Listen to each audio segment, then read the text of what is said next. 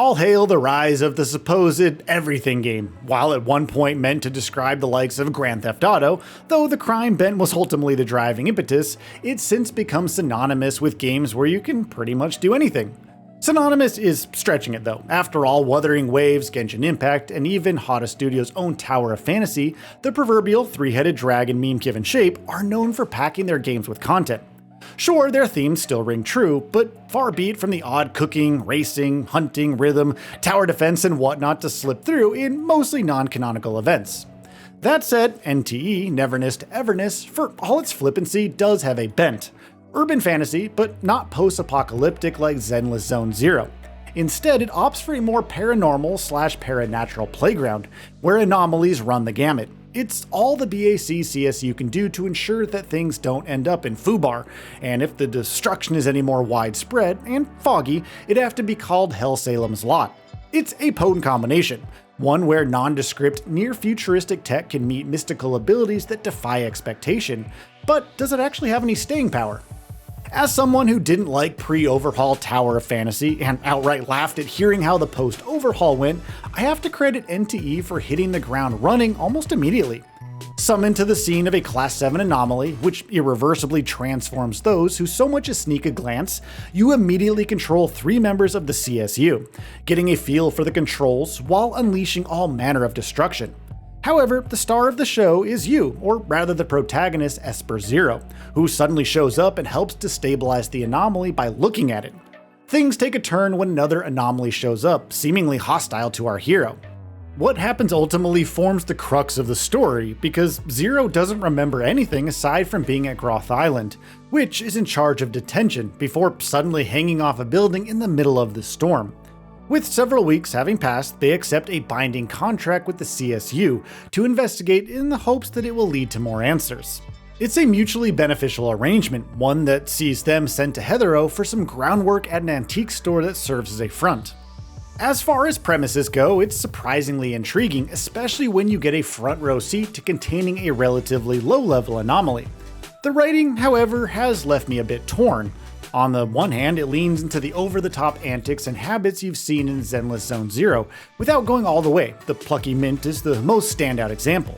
It's packed with jargon from the get-go, but it doesn't feel too overwhelming, steadily easing you into the world and balancing the seriousness with enough levity. The presentation also mostly helps, as it flows from cinematic cutscenes to in-game dialogue exchanges without skipping a beat, to say nothing of the jumps between paranatural spaces. That said, some characters aren't as interesting as others, and there's one that tends to be fairly grating, bordering on an active detriment to the story as a whole. Certain conversations also feel like they're lost in translation, like Zero revealing they never visited Heathero before, leading to Mint insulting the city? Even the MC seemed confused at that response. Overall, it won't blow your mind, but the storytelling, quirks, and all complements the experience more than you would think. For all of these hiccups during the main story quest, however, I was surprised at the writing for the side activities, especially when investigating different anomalies and how you can select different tones for your final report. The latter doesn't really affect the gameplay in any meaningful way, but it's a nice little detail to everything else. Speaking of details, Heathero is brimming with them, though you shouldn't expect anything on the level of Grand Theft Auto. Yes, you can requisition cars from citizens and stop crimes, not to mention visit restaurants, earn passive income through businesses, buy properties, and even acquire different vehicles to cruise around in. But it's all filtered through the usual game progression. Whether you're investigating anomalies, completing side quests, or maintaining the peace, everything awards currency and upgrade materials. Resolving commissions contributes to your hunter level, which offers even more rewards and subsequently allows for breaking past a character's level cap. It's all standard fare, even the console that every character carries, despite the Tetris-like method for arranging pieces, still relies on the set bonus system that you've seen many times over. This isn't to say that NTE doesn't offer its own unique twists, and I'm not just talking about screwing up, going to prison, and discovering all the ways to escape. Because anomalies form such a core part of the gameplay loop here, they can lead to some very interesting scenarios. You might wander into a floating object and fight off several enemies before claiming its prize. Street graffiti could transform into an attacker before bursting out of the wall for round 2. A box will constantly keep unboxing, building an impromptu tower that you need to scale to contain it. Wandering around a city and investigating these occurrences is fun, and the generous amount of stamina ensures that you can scale entire skyscrapers without too much trouble, even if the climbing animations could use some polish and less awkwardness.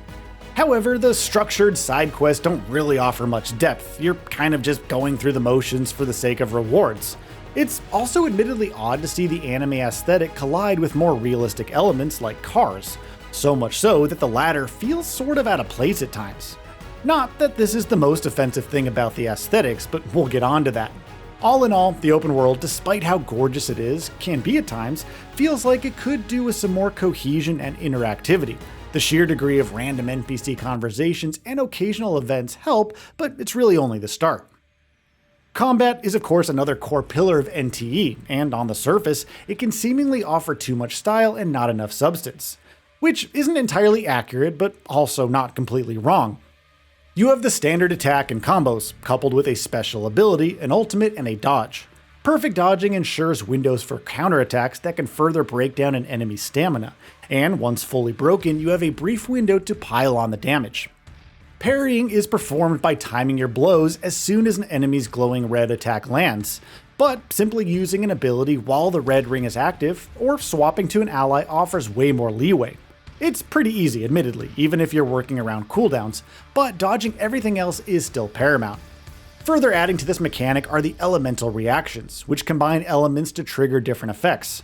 Damage over time, bursts, and increased damage taken from certain types over a period are some of the more straightforward reactions. However, you can also slow a target or activate a temporary mini turret that fires seeking projectiles. You can even stack reactions to achieve effects like charge or discord, which can grant ultimate energy and further break an enemy, respectively. And if all that wasn't enough, characters have unique passives to bolster certain reactions even if they're not on the field. Will much of this matter except in endgame content, which isn't all that much of a focus in the grand scheme of things anyway, or for min-maxers? Probably not, and as responsive as it feels, the skill ceiling for combat is nowhere near the level of Wuthering Waves or Zenless Zone Zero, or even as exciting. Nevertheless, it more than gets the job done while offering enough additional depth for those who care. Duplicates, known as Awakenings, are perhaps more valuable in NTE because of resonance effects. Collect 3 and suddenly Nanali's skill levels increase by 1, nab all 6, and that's an extra 15% damage for her. While I kind of like how the system makes slower ranked units more potent, it feels like a trap to entice players to spend more on duplicates. It may seem all nice now with the freebies and limited roster, but once the meta shifts, as it always does in these types of games, you're suddenly dealing with the prospect of having to obtain multiple copies of a character instead of just one and their signature weapon. As always, time will tell if Hottest Studio decides to lean in that direction, but if it needed to change anything, it's probably better to focus more on its alleged AI-generated art, with at least one controversial billboard that feels less inspired by Weathering with You than outright AI filtered. Various assets that appeared AI-generated were discovered during the closed beta, and even if the developer said it never used the tech for core assets and character portraits, but rather for atmospheric renderings and trial and error, recent evidence isn't too flattering.